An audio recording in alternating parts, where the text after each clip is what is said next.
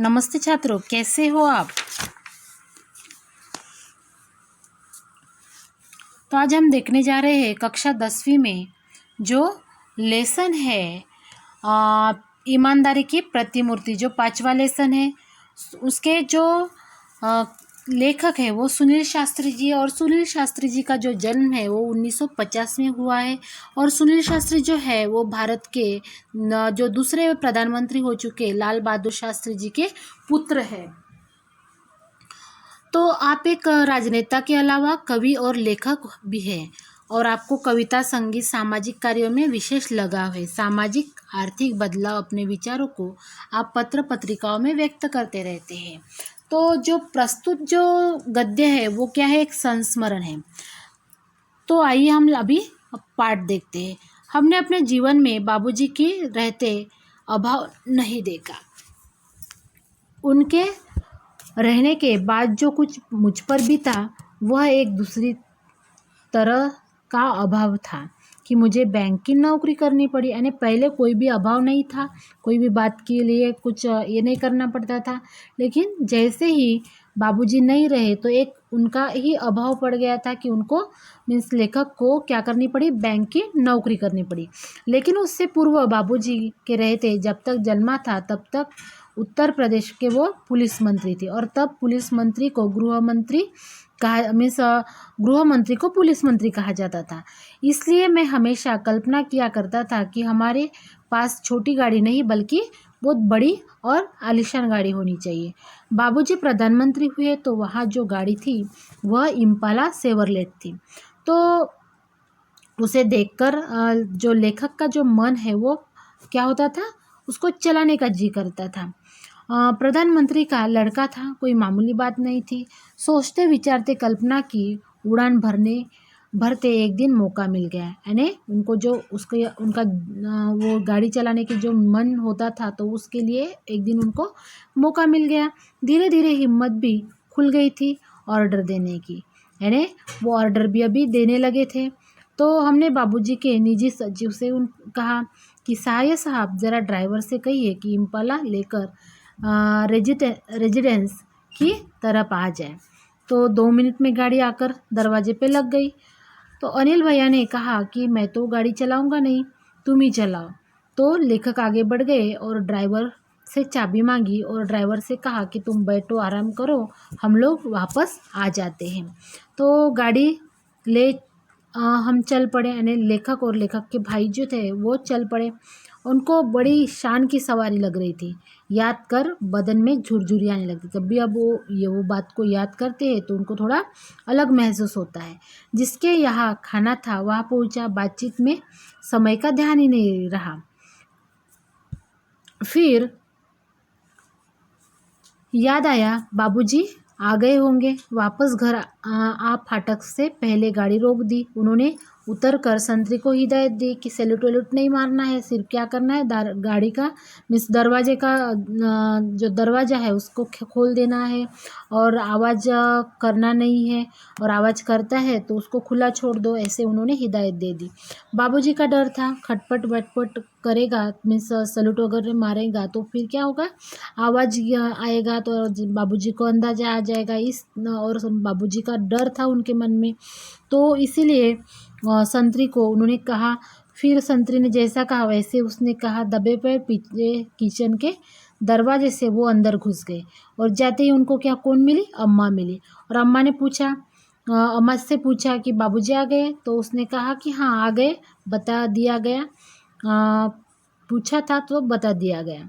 तो आगे कुछ कहने की हिम्मत नहीं पड़ी, और यह जानने सुनने की बाबूजी ने क्या कहा, फिर हिदायत दी, सुबह किसी को कमरे में मत भेजिए। यानी वो उनको हिम्मत नहीं हुई कि अभी मुझे कुछ कहना चाहिए, बोलना चाहिए, और फिर उन्होंने अम्मा जी से कहा कि मेरे कमरे में किसी को मत भेजिएगा।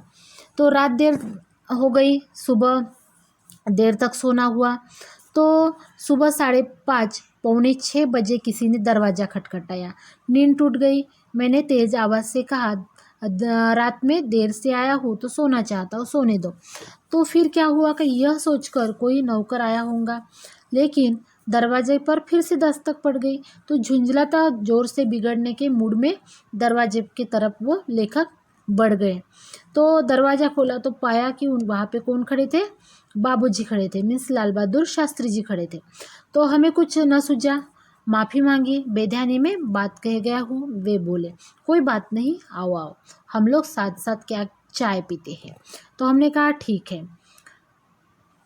फिर क्या हुआ कि जब जल्दी जल्दी हाथ मुंह धो चाय के लिए टेबल जा पहुँचे तो लगा उन्हें सारी राम कहानी मालूम है, पर उन्होंने कुछ भी ऐसे उनको मालूम है ये बात उन्होंने कभी मिस जाहिर नहीं होने दी।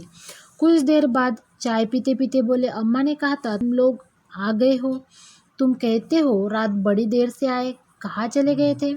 तो जवाब दिया, हाँ बाबूजी, एक जगह खाने पे चले गए थे।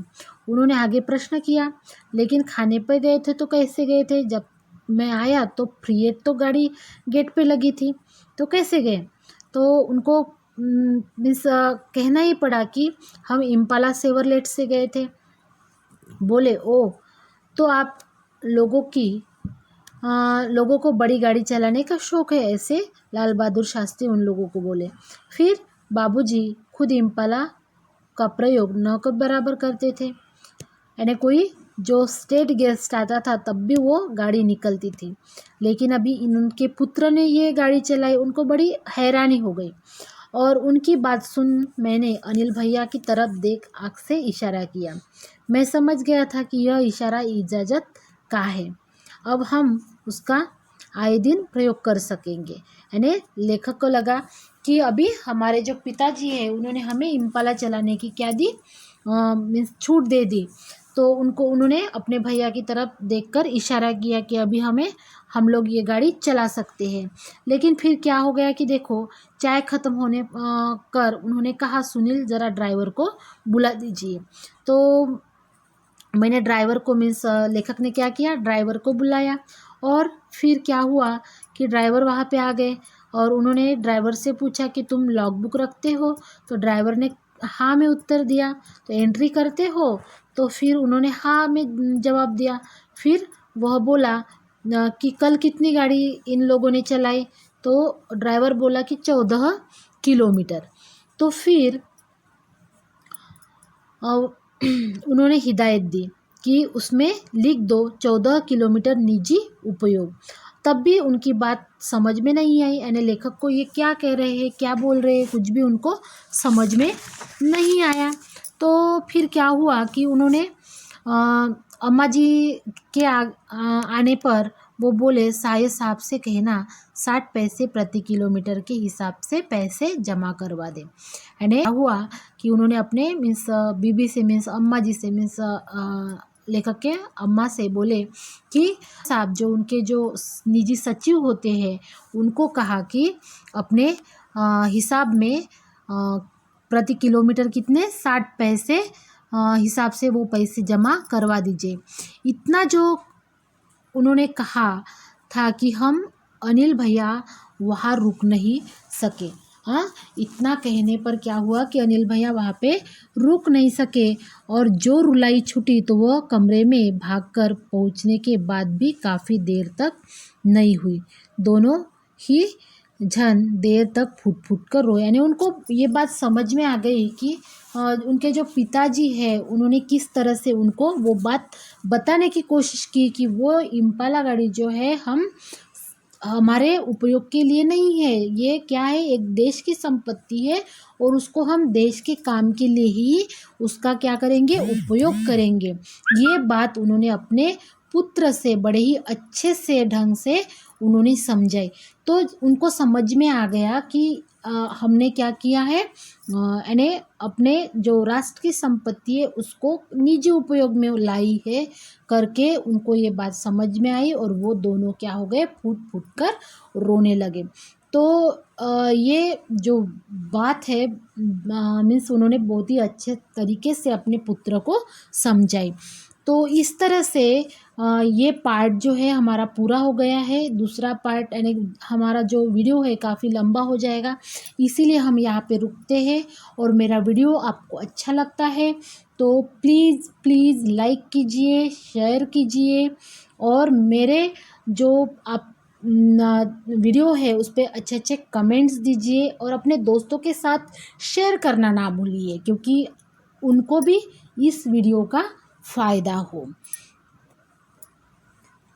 Thank you.